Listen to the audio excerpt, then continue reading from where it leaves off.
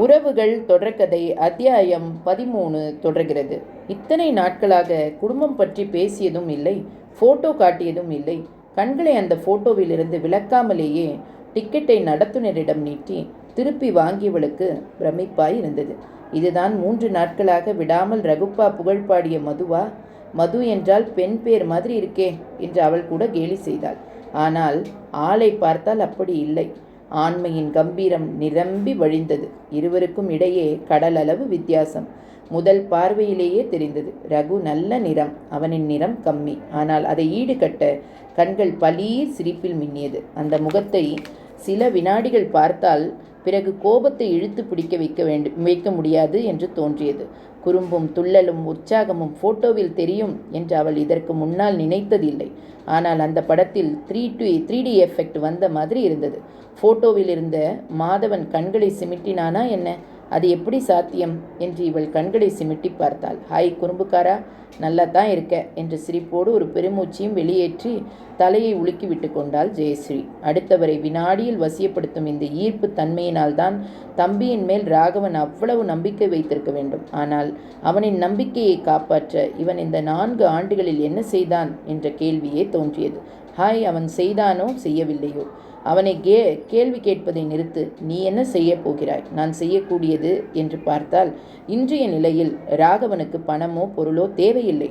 அம்மா அப்பாவின் கோபத்தை நீக்கி அவங்க குடும்பத்தோடு அவனை சேர்த்து வைப்பது ஒன்றுதான் உடனடி தேவை. அதை எப்படி செய்வது? அந்த வீட்டில் சுலபமாக அணுகக்கூடியது ராகவனின் வார்த்தைப்படி பார்த்தால் முதலில் மாதவன், அடுத்தது காயத்ரி, 3வது தான் கேசவன். இதோ வந்துவிட்டேன். உங்கள் 3 பேரையுமே பார்க்கிறேன், பேசுகிறேன். ராகவன் மனைவியின் சகோதரியாக அல்ல, ஆளுக்கு ஒரு அவதாரம் எடுக்கிறேன். உங்கள் கோபம் குறையும் நேரம் நெருங்கிவிட்டது என்று சொல்லி கொண்டவளுக்கு முதல் நபரை சில மணி நேரத்தில் சந்திக்கப் போகிறோம் என்பது அப்பொழுது தெரியவில்லை. மாதவன் அப்பாவிடம் பேசி முடிவு செய்தபடி அம்மாவையும் அப்பாவையும் மலைக்கோட்டை விரைவு ரயிலில் ஏற்றி அனுப்பி வைத்தான். மாலை 5 மணிக்குள் கும்பகோணத்துக்கு வந்து விடுவதாக வாக்களித்தான். கேசவன் ஜாக்கிரதை என்ற ஒற்றை வார்த்தையில் முடித்துவிட்டார். காயத்ரிக்கு 1000 சந்தேகங்கள் வந்தது. ஏண்டா, புது காரில் தொலைதூர பிரயாணம் போகலாமா? முதல் சர்வீஸ் விடும் வரை பாகங்கள் செட் ஆகாது என்று ஏதோ கதை சொல்லுவாங்களே, உனக்கு டிரைவிங் லைசன்ஸ் இருக்கோ? பார் ரிஜிஸ்ட்ரேஷன் போர்டு காரை வெளியில் எடுக்கலாமா என்று புதிதாய் சந்தேகம் கிளப்பினார்.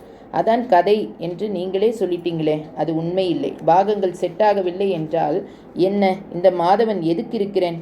என்னை பார்த்த பிறகும் அது செட் ஆக மாட்டேன் என்று சொல்லுமா என்ன? என் காரை தப்பி தவறி நிறுத்திவிட்டாலும் என்னை பார்த்த பிறகு சல்யூட் அடித்த காரை அனுப்ப மாட்டாரா என்று கேலி பாதி விளக்கம் மீதி சொல்லி அம்மாவை அனுப்பி வைத்தான் மாதவன். 5 மணிக்குள் கும்பகோணம் போய் சேர வேண்டும். 12 மணிக்காவது சென்னை எல்லையை தாண்ட வேண்டும் என்று பிரம்ம பிரயத்தனம் செய்தபொழுதும் ரோட்